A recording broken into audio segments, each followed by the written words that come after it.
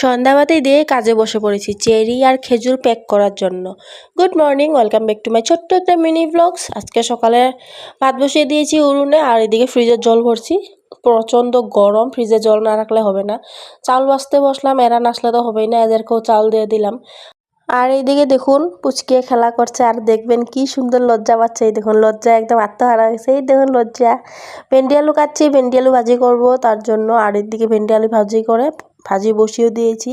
আর এদিকে আমার বর এসে গেছে, দুপুরে খাওয়া দাওয়া করে নিয়েছি। আমি বরের জন্য ভাত বাড়লাম, নিরামিষে রান্না হয়েছে। সন্ধ্যার সময় ধুনুবাতি দিয়ে দিলাম। এই দেখুন আমার রুমে সব ভগবানের ঠাকুর গোপাল রয়েছে, রাধা গোবিন্দ। সন্ধ্যার সময় বসে পড়েছি চেরি খেজুর প্যাক করার জন্য।